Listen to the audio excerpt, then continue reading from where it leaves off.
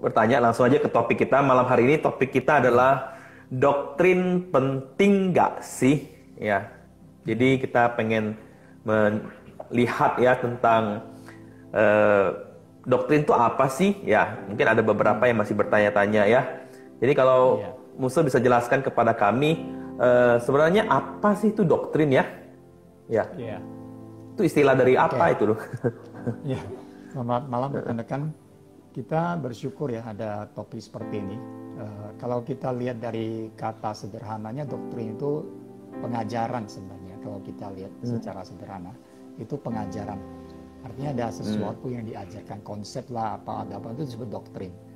Nah, kalau di dalam konteks kata itu sendiri, memang dulu lebih banyak dipakai di dunia politik ya, memberikan doktrin-doktrin, pandangan-pandangan politik itu doktrin.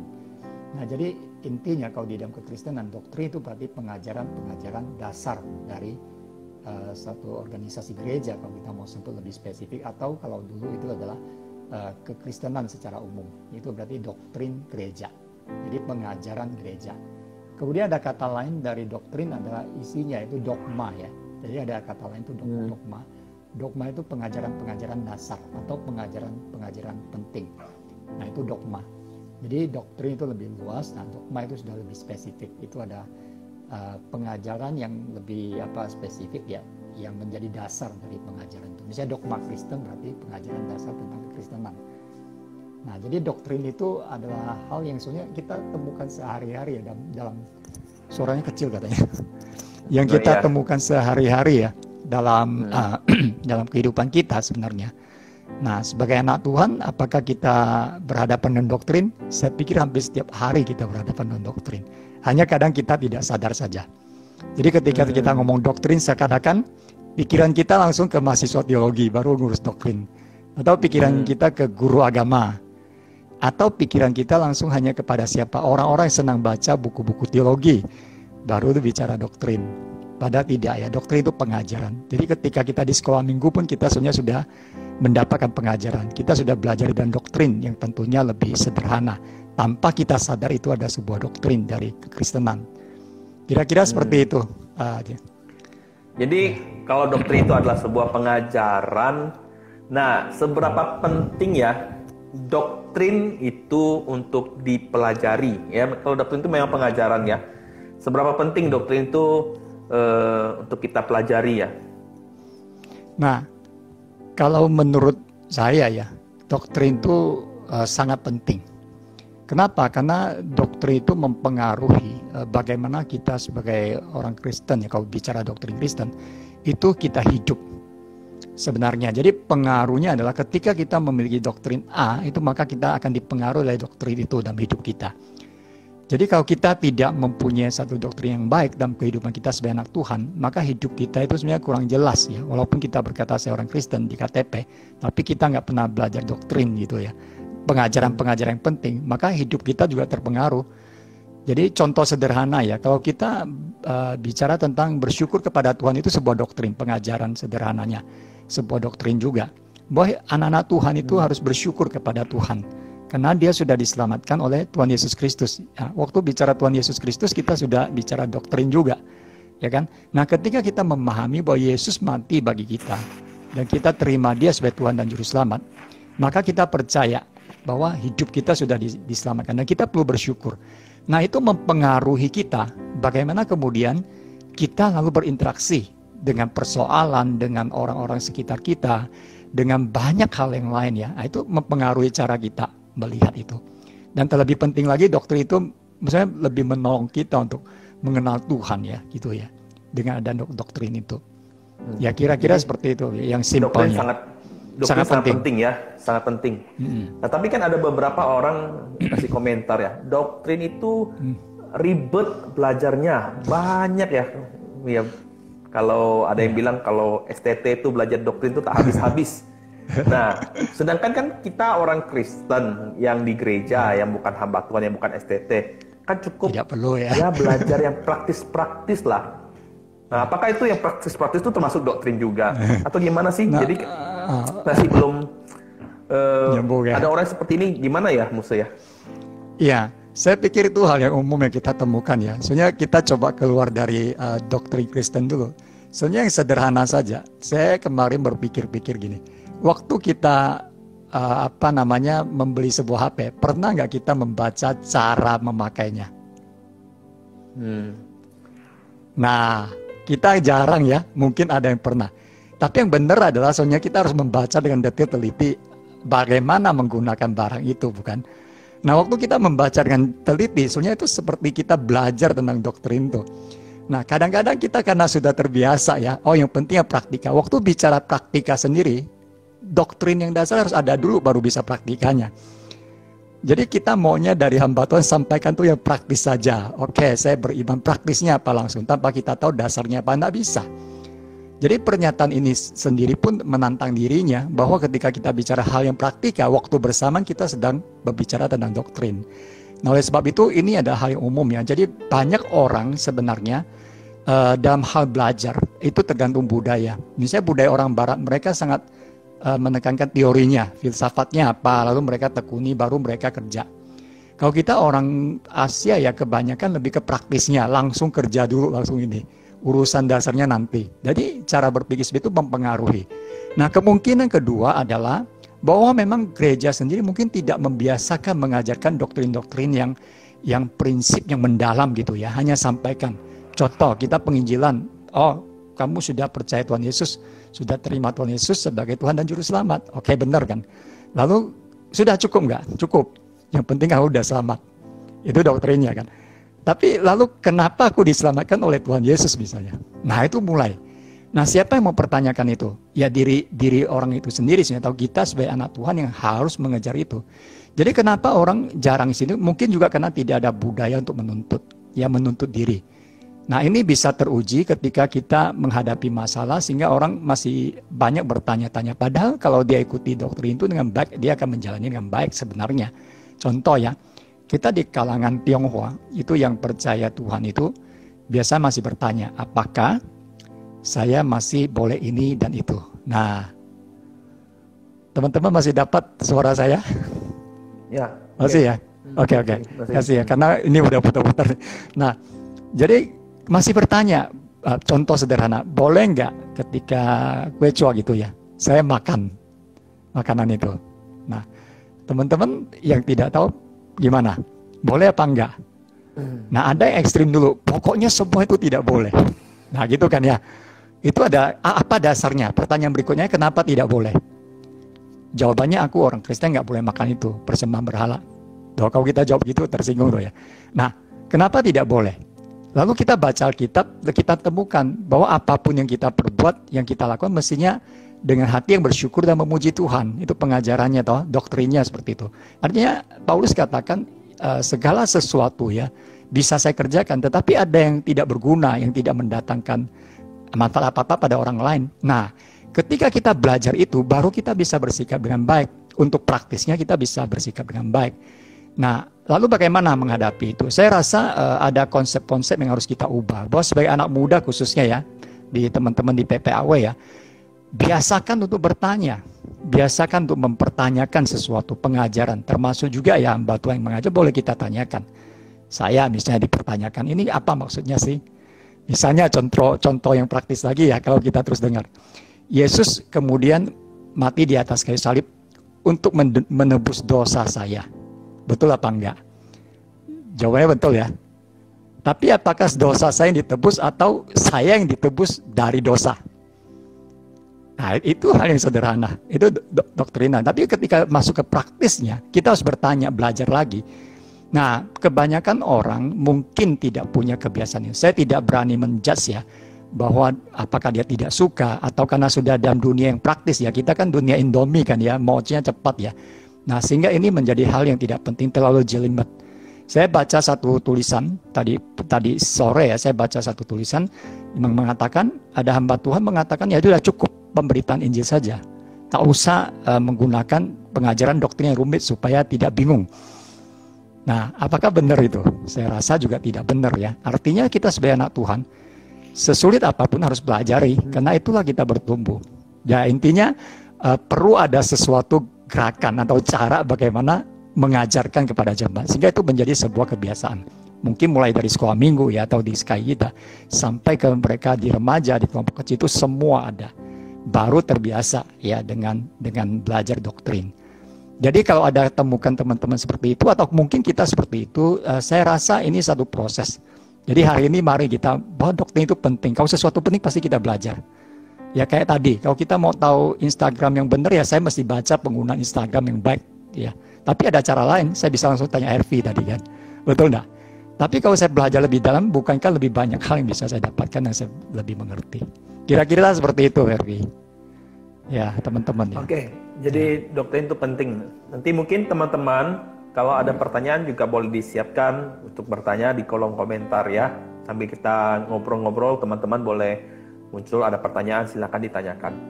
Nah, Buster, kan gini, memang doktrin itu penting. Tapi kan sekarang gini loh, bukankah doktrin gereja-gereja itu banyak yang beda-beda nih, ya? Kok bisa ada doktrin yang beda-beda ini, ya? Misalnya agama Kristen yang aliran ini dengan Kristen aliran ini, ya. Belum lagi dengan yang Katolik misalnya. Kenapa bisa ada beda? Nah kalau gitu dari mana kita tahu yang beda-beda ini mana yang sehat, mana yang benar gitu doktrinnya? Gimana Mas? Ya memang menarik ya kita melihat sebenarnya beda yang paling banyak itu dari kalangan Kristen jauh lebih banyak lagi ya. Jadi kalangan Kristen kalau kita lihat di dalam denominasinya itu banyak sekali. Kalau kita ya ada Injilinya sekarang juga sudah banyak ya. Jadi pecahnya banyak sekali. Nah kenapa hal ini bisa terjadi? Salah satunya adalah ketika seorang hamba Tuhan atau seorang teolog kemudian dia mempunyai pemahaman yang dia kaji dengan sudut pandang penafsiran ya. Jadi kalau dia tidak punya penafsiran ketat yang standar yang diakui, artinya dia punya pandangan sendiri, maka itu akan memunculkan banyak sekali doktrin-doktrin yang berbeda.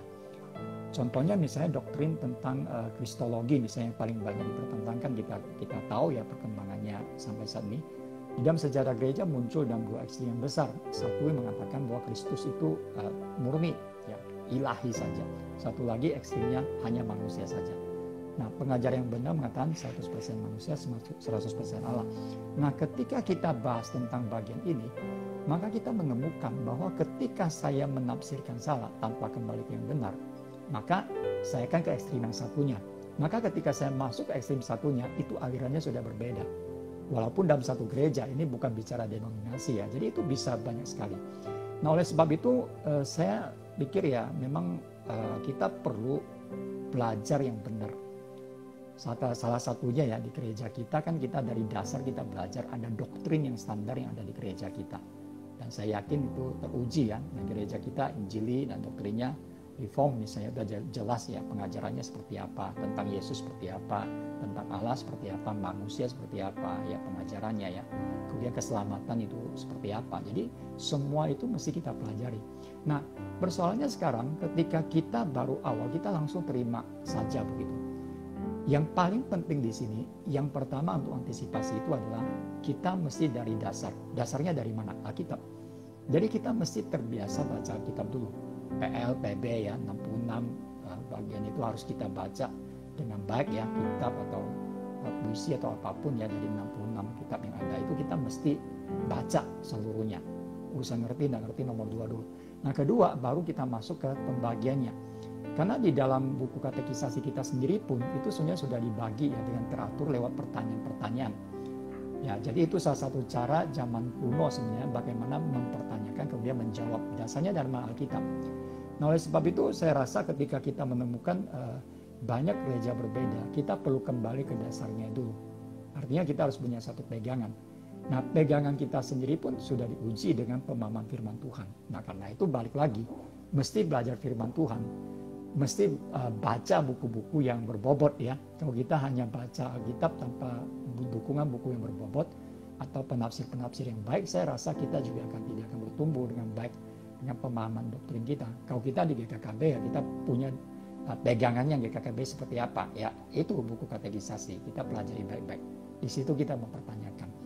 Jadi ketika kita lihat di satu gereja mempunyai pengajaran A ataupun pengajaran B, maka itu sangat dipengaruhi oleh pengajarnya.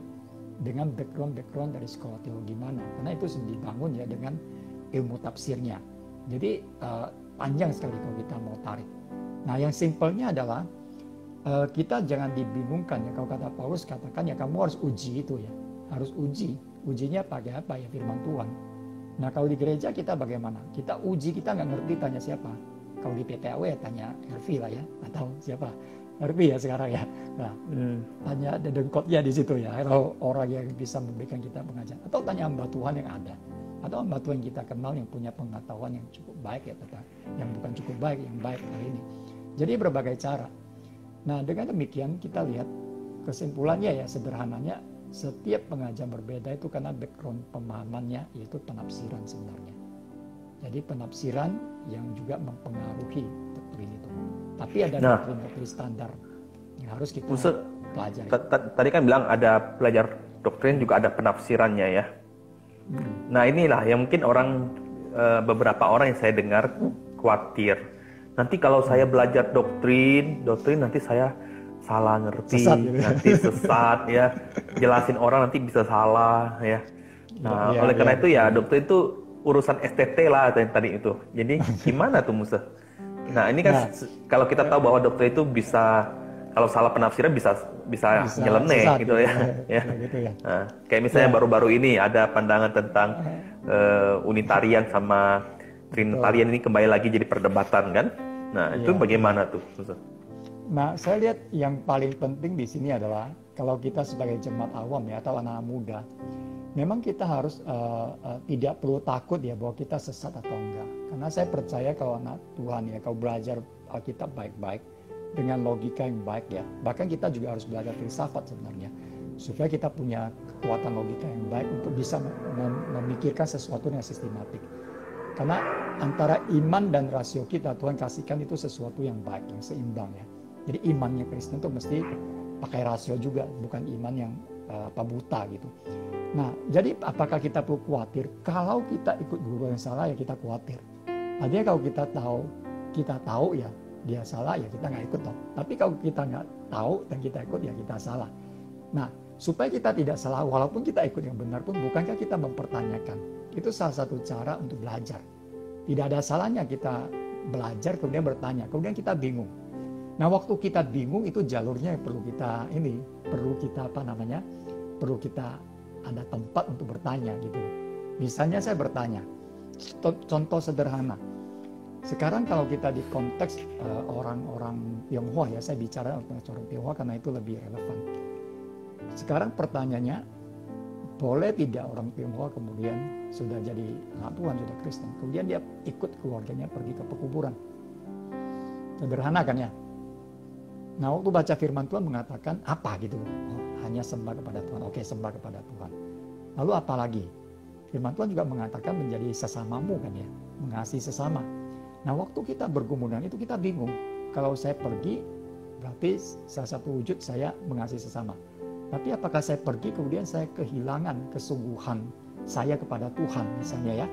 Nah, muncul pertanyaan seperti itu. Lalu kita tanya lagi, gimana sih contoh Hervi gitu ya? Pak Hervi gimana? Boleh nggak saya pergi? Nah kira-kira jawabnya apa Pak Hervi?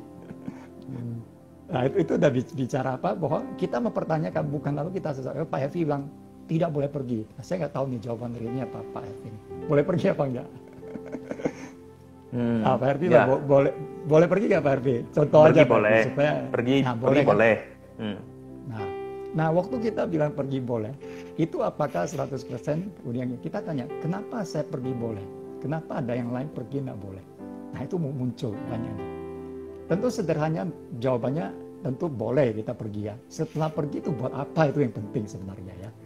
Jadi ketika kita pergi sebagai bagian dari keluarga, kemudian kita sungguh-sungguh juga untuk bersaksi ya di sana dan tanpa kita ikut ritual ya. Nah kalau kita berdoa kan sering diajak berdoalah yang kenceng untuk orang-orang yang di situ gitu ya, keluarga kita yang percaya. Nah waktu kita hadir itu menyatakan apa? Satu sikap kita secara doktrinal bahwa saya bagian dari masyarakat, Tuhan utus saya ke dalam dunia ini, Tuhan Yesus juga datang ke dunia, tapi saya tidak menjadi sama dengan dunia ini. Nah itu yang menguatkan kita. Lalu ada hamba Tuhan kemudian mengajarkan, oke, kamu boleh pergi, tapi hati-hati, kamu jangan menyembah. Ayo kita udah tahu. Tapi misalnya ada teman, kamu tidak boleh pergi sama sekali. Bagaimana? Nah, harus tanya, kok nggak boleh pergi? Iya, kalau kamu pergi ada salah paham bagaimana? Wah, kok kamu pergi gitu ya? Nah, ini yang perlu kita pahami. Ini doktrin kemudian mempengaruhi kita secara praktikal. Jadi rekan-rekan pemuda sekalian, saya rasa jangan khawatir belajar sesuatu kemudian bisa menjadi sesat. Hal yang sederhana sebenarnya kalau kita mau baca Alkitab ya, kita menemukan sekali. Misalnya sekarang kalau pergumulan yang paling berat itu ketika baca Alkitab, selalu baca berhenti itu ada 2. Satu itu sampai kitab Imamat, ya kan? Kenapa kita berhenti? Karena itu kayak hukum-hukum itu ya, kita agak membosankan. Tapi Imamat itu menarik kalau kita baca. Tapi hukum zaman dulu apakah ada relevansi sekarang? Kemudian kita baca lagi, muncul lagi di Kidung Agung sekarang. Nah lalu kita mulai mempertanyakan. Banyak orang kritik Kidung Agung kok masuk dalam Alkitab. Nah rekan-rekan kemudian pergi kepada siapa? Ketika bingung. Ada 2 cara. Satu, pergi ke Google ya sekarang ya. Google dengan terjemahan. Kemudian kita cari semua tulisan tentang itu. Kedua, kita bisa cari hamba Tuhan di gereja kita misalnya. Kita tanya, misalnya saya datang Pak Hervi, saya tentang ini nih nggak ngerti. Kok bisa ya? Saya dipertanyakan. Nah, waktu kita mempertanyakan itu, pada orang yang tepat, Pak Hervi akan jelaskan ke kita. Oh ternyata ini loh maksudnya firman Tuhan ini. Bukan secara literal kemudian jelaskan itu ya. Memang isi Kidung Agung itu maksudnya apa sih masuk ke situ, konsep teologisnya apa. Nah kita belajar. Nah atau ada ayat-ayat tertentu yang kemudian ditafsirkan dan di situ terjadi perdebatan. Nah yang perdebatan biasanya saya lebih mengusulkan untuk diskusi dulu. Jadi jangan langsung kita memvonis dulu ya. Kita diskusi dan dengarkan pandangan orang yang berbeda dengan kita. Jadi tidak usah khawatir tersesat. Supaya tidak tersesat harus ada satu orang yang menjadi pemandu kita. Kalau di gereja ya saya percaya hamba Tuhan bisa menjadi pemandu kita. Nah kalau hamba Tuhan nggak bisa gimana? Hamba Tuhan pasti di atasnya masih ada seniornya ya. Yaitu senior lagi itu adalah Roh Kudus. Hamba Tuhan akan pulang, dia baca, dia baca, Tuhan akan kasihkan hikmat gitu ya. Nah memang panjang ya kalau cerita ini. Kalau banyak ya saya dulu juga berpikir kalau saya belajar ya. Dulu waktu saya masuk teologi, salah satu yang saya paling suka adalah teologi liberal. Mungkin teman-teman kalau baca yang liberal itu ya, itu menarik sekali. Sebagai orang yang terjun di dunia pendidikan, belajar tentang ilmiah, ya hal-hal yang akademis itu sangat menyenangkan. Tetapi apakah itu sesuatu yang benar sesuai Alkitab? Tidak. Tapi apakah ada sumbangsi setelah saya belajar itu? Ada. Bahwa orang tulisan dari orang teolog liberal itu dengan doktrina mereka, itu menyajikan banyak fakta yang justru menguatkan apa yang dikatakan Alkitab. Ya, jadi saya rasa itu karena kita belajar dengan satu standar yang ada dan waktu kita bingung kita tanya dosen kita ya, bagaimana ini maksudnya? Atau teman kita yang lebih dahulu sudah menguasai. Nah itu bisa menolong. Jangan kita sendirian. Kalau sendirian bisa jadi salah tafsir dan kita muncul ya. Langsung kita ngomong Tuhan bicara dengan saya tadi malam seperti ini, itu udah susah ya. Ya, silakan Pak Hervi. Ya, baik. Teman-teman boleh ya merespon, bertanya dengan pendeta seniman.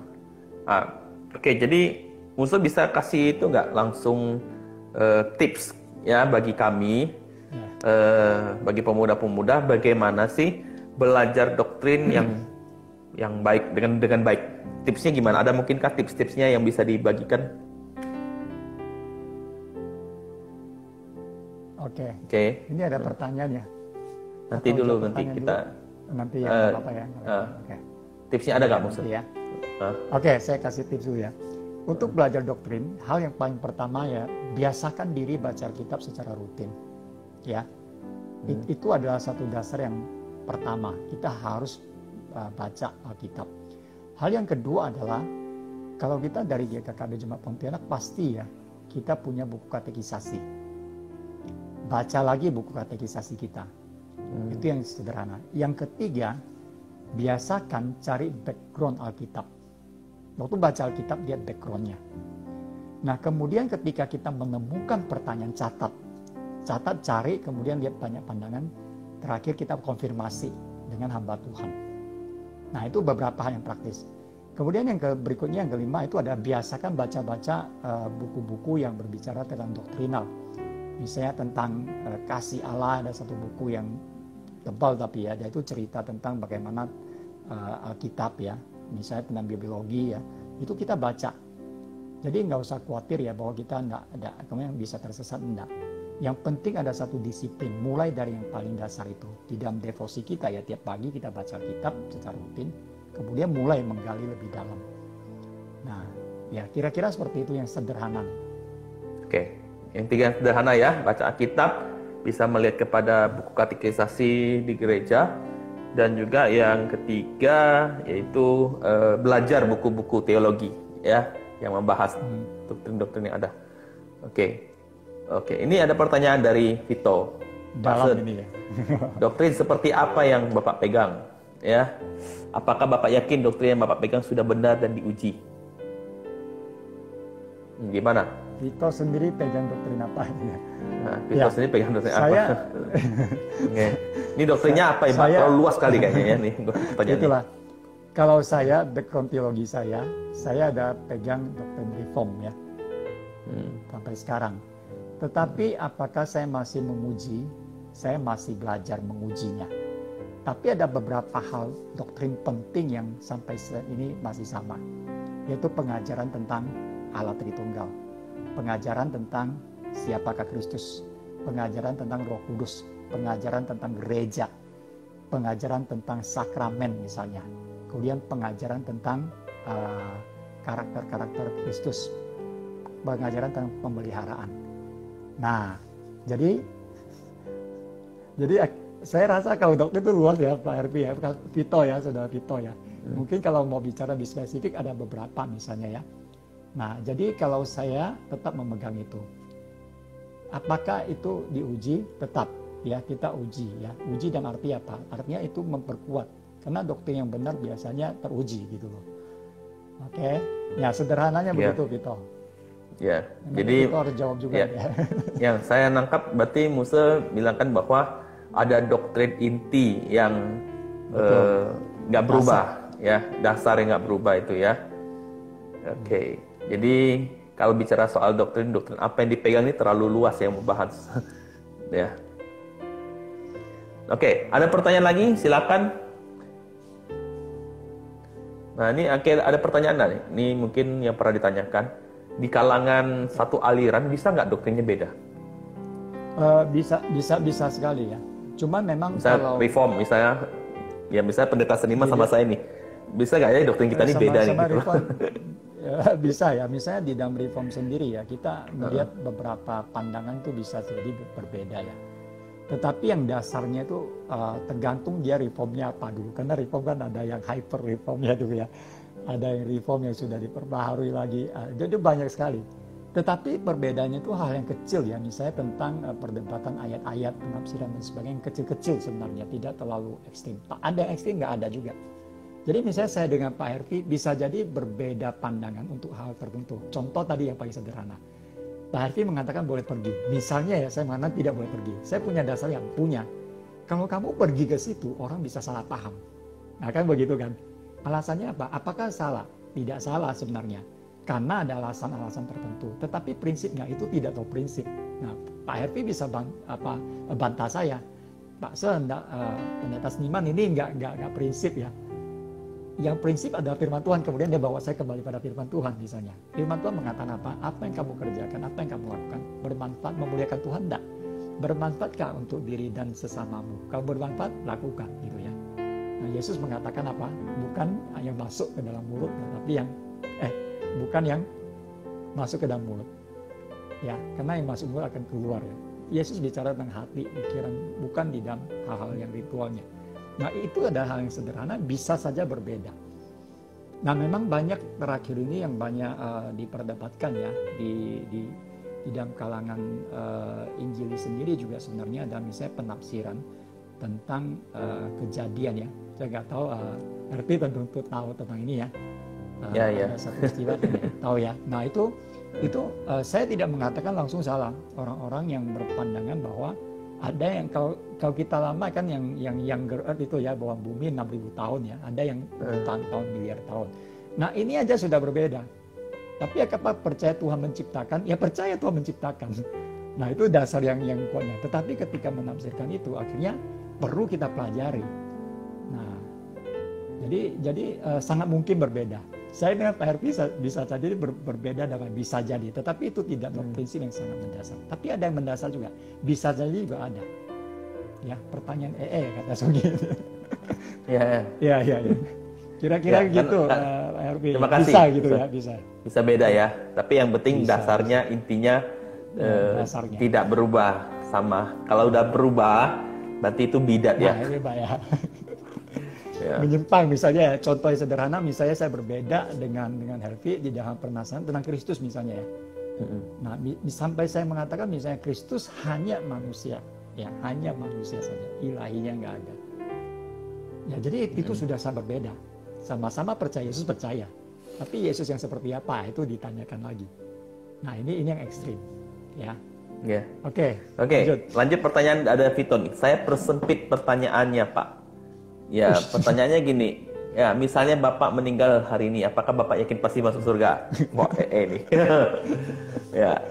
ya, mungkin boleh dijawab. Ya?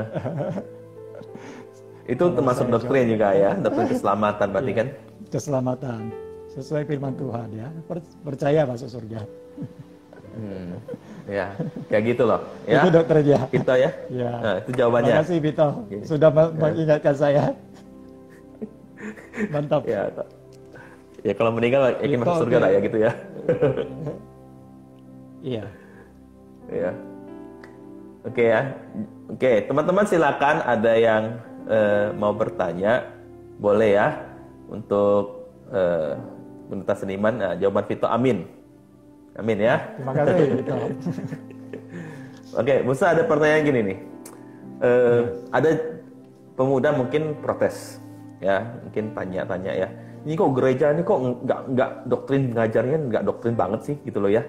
Simple banget, praktis ya. Kami tuh bosan makan yang air susu, kami mau makan yang berat gitu loh misalnya ya.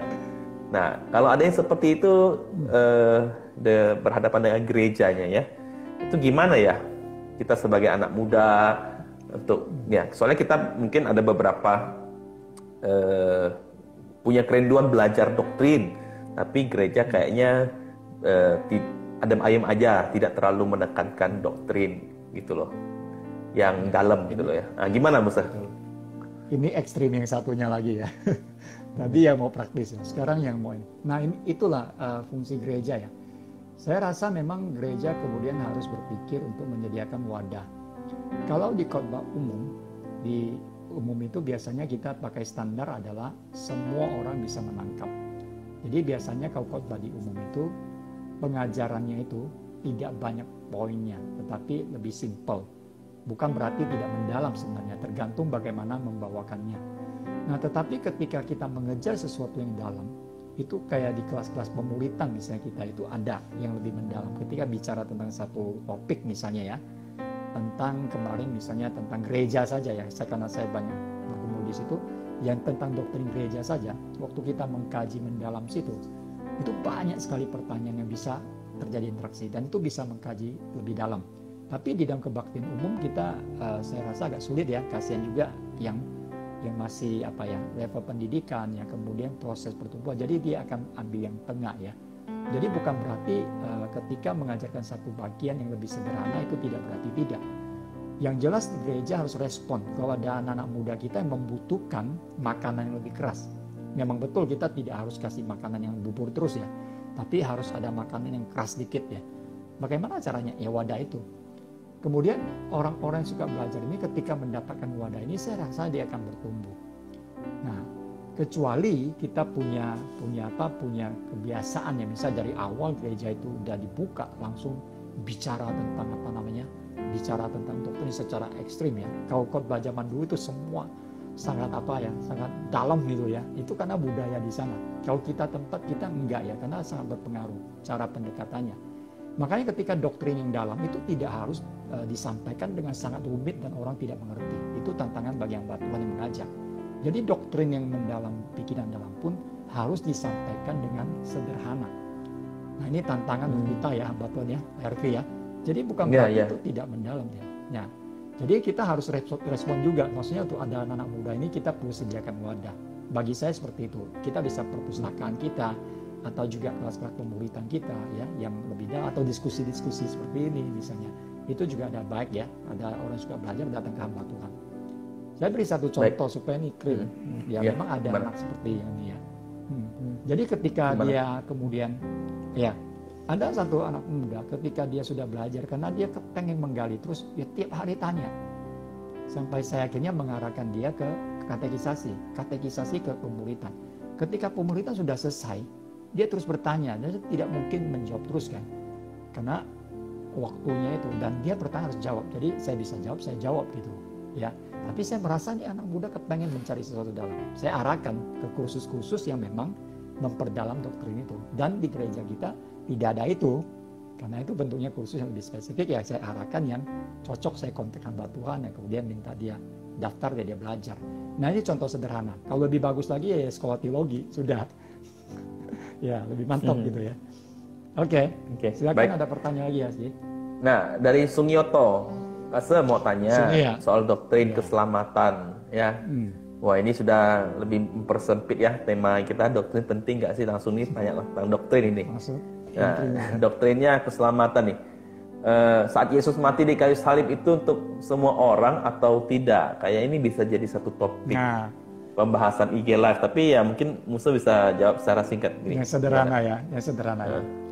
Kita mengatakan Yesus mati bagi semua orang yang percaya kepadanya, betul ya? Nah, artinya sebenarnya kalau kita baca kalimat itu berarti tidak semua orang ya. Ini keluar, tidak bicara doktrin dan pemilihan atau apapun, tidak, tetapi dari kalimat ini itu lebih kepada orang-orang yang disebut orang kudus, jadi orang yang percaya. Jadi efektivitas dari kematian Kristus itu baru bermanfaat. Jadi tidak semua orang. Maka apa? Kita sebenarnya di waktu penginjilan itu kita sudah punya sukacita yang jauh lebih besar karena semua orang pasti doa. Nah ada doktrin seperti itu bahwa orang semua akan selamat. Jadi sekarang kita kerjakan, nanti ujungnya pun dia akan selamat. Tapi Alkitab tidak mengajarkan itu. Kalau kita lebih teliti lagi bahwa di situ dikatakan orang yang mengaku Yesus dan percaya dan mati, ya kan? Artinya ada kriterianya. Untuk semua orang ditawarkan iya. Gitu ya Sungi ya, singkatnya gitu. Karena ini panjang ini ceritanya. Mungkin nanti bisa buat sesi khusus. Iya. Satu sesi khusus nanti undang pendeta Seniman lagi boleh ya. Bahas ini ya. Topik doktrin ya. Memang saya Sungi ini. Saya memang ada kepikiran Musa soal apa namanya. Memang ya tadi Musa katakan ya, ada isi-isi bagian yang mungkin belum terisi. Jadi termasuk salah satunya adalah mempelajari doktrin ataupun pertanyaan-pertanyaan dari pemuda yang mungkin sampai saat ini belum terjawab ya. Nah, ini bahkan Sungyoto tanya lagi, sebetulnya orang pilihan ya Kak Se. Sebutannya orang pilihan ya Kak Se. Nah. Makanya kayak kita bicara itu nanti ada kaitannya. Kalau doktrinnya Reform bisa bicara tentang ini, doktrinnya Armenian bicara tentang ini. Jadi itu jadi sangat luas Sungi. Ngerti ya, mungkin kita tahu. Iya. Nah, makanya kapan-kapan nanti ya kita IG Live ini memang mewarna-warni. Di Reform ya, sebuah orang pilihan. Ya Sungi ya. Nah, IG Live kita memang mewarna-warni. Nanti kapan-kapan kita bahas tentang doktrin, tentang konseling, tentang misi ya. Jadi nantikanlah ya, karena kita setiap minggu akan ada IG Live. Jadi mungkin boleh menantikan ya. Oke. Baik. Silakan kalau ada lagi pertanyaan dari teman-teman yang ada ya tentang tema kita pada malam hari ini, doktrin penting nggak sih? Ya. Sugi mungkin sudah boleh baca buku keselamatan itu ya. Sugi kita minta ya, Sugi minta dia baca buku tentang keselamatan. Oh ya. Tapi nanti kalau ada yang bingung tanya ya, jangan baca terus nafsir sendiri ya. Takutnya bisa makin tidak jelas gitu. Ya. Baik, kalau ada pertanyaan lagi silakan disampaikan kepada Pendeta Seniman berhubungan dengan topik pada malam hari ini, doktrin penting nggak sih? Ya, jawabannya penting banget ya, penting banget. Kalau ada kesulitan-kesulitan dalam belajar doktrin, bagaimana nih Musa? Kalau saya rasa ketika eh, kalau kita mau belajar doktrin itu ya, saya rasa soalnya dari awal kita sudah ada patron atau pola itu. Misalnya ketika kita ikut kelas katekisasi, soalnya itu ada sesuatu yang menarik di situ ya, pertanyaan-pertanyaan kemudian dijawab. Nah waktu dijawab kita mempertanyakan lagi. Waktu kita menemukan kesulitan, umumnya saya lihat yang saya alami sendiri ya, memang ada beberapa jenis orang sih, ada yang memang terbiasa dengan belajar ya, membaca saja atau diskusi. Ada orang perlu teman gitu ya untuk menjelaskan kepada dia. Nah, waktu dia mengalami kesulitan, kadang dia cari ke berbagai resource ya, sumber. Nah, saya pikir kalau kita anak muda seperti ini ya, ada ruang, jadi kita bisa tanya jawab, bisa ini. Mengalami kesulitan, ya kita bantu. Tetapi yang paling sulit adalah ketika kita malas. Nah, itu yang lebih sulit. Kita malas belajar doktrin karena menyita pikiran dan itu sesuatu yang bagi kita tidak penting, ya itu yang bahaya. Nah, jadi sebagai anak-anak Tuhan, apalagi anak-anak muda ya, saya pikir memang kita perlu menuntut diri. Saya biasanya lebih suka ke yang depan tadi, bahwa paksa diri untuk baca kitab. Waktu baca kitab, ajukan banyak pertanyaan. Dari situ kita baru cari di buku atau tanya hamba-hamba Tuhan, diskusi dengan teman-teman yang lebih memahami sebelumnya ya. Atau tanya guru-guru agama kita kalau kita masih ada relasi ya, yang kita kenal mungkin lebih enak ya gitu. Kira-kira saya rasa seperti itu sih. Kalau memang bahwa belajar doktrin sulit, memang sulit juga. Tapi spiritnya itu yang harus kita ubah dulu. Oke, baik, ini ada pertanyaan nih. Kayaknya tema-tema doktrinal ini mulai muncul ya. Ya, Pak Se, percaya sekali selamat atau sekali selamat nggak? Ya. Sekali selamat tetap selamat. Oh, ini sekali selamat tetap selamat gitu. Itu. Ya. Ini bisa dikembangkan ini bagaimana dengan orang yang murtad, orang yang ya itu dan lain sebagainya, apakah keselamatan hilang? Terus ini wah itu panjang gitu ceritanya. Panjang ya. Jadi setidaknya nanti kita tambah lagi satu topik tema. Udah 2 topik ya. Ya, sekali selamat tetap selamat. Ya. Ya. Ntar tanya. Amin, Vito. Ya. Oke. Teman-teman, kalau tidak ada pertanyaan lagi, ya mungkin ada, ya. Oke, kalau nggak ada, Musa boleh kasih closing statement yang menyimpulkan keseluruhan daripada tema kita malam hari ini seperti apa, Musa? Oke, terima kasih, Edi. Nah, rekan-rekan pemuda sekalian, doktrin itu penting nggak? Sangat penting. Karena itu sebagai anak muda Kristen, kita harus menuntut diri belajar hal-hal yang berkaitan dengan pengajaran-pengajaran inti. Saya akan tutup dengan satu bagian firman Tuhan ya. Kalau kita di rumah punya Alkitab, itu bisa baca di Titus ya. Titus pasal 2 ayat 1 ya. Coba kita lihat di Titus pasal 2 ayat 1. Pak Herti bisa tolong saya. Oke, sebentar. Ya. Pasal 2 ayat 1 ya. Oke. Ya. Oke. Bisa tolong baca Hervin, ya. Saya pas tahu kecil nih Alkitab di depan. Oke. Ya, tetapi engkau beritakanlah apa yang sesuai dengan ajaran yang sehat. Nah, jadi doktrin itu seperti waktu Titus ini, saya rasa itu yang paling penting. Doktrin, ajaran yang sehat. Jadi kita jangan bosan belajar doktrin. Mulai dari baca Alkitab dan tuntut diri kita. Tidak tahu tanya sama hamba Tuhan, kelompok kita ya, atau di pemuritan. Nah, ketika kita punya kesulitan lebih besar, ada tantangan lebih besar, itu membuat iman kita bertumbuh ketika kita mau menuntut belajar. Jadi jangan malas belajar doktrin. Walaupun sulit, tapi bisa kita lakukan ya. Itu saja, kiranya Tuhan memberkati kita. Baik, Musa, terima kasih untuk malam hari ini bisa ngobrol bareng. Nanti harapannya ke depan bisa sama-sama lagi ngobrol tentang topik-topik yang lain ya. Oke. Terima kasih. Ya,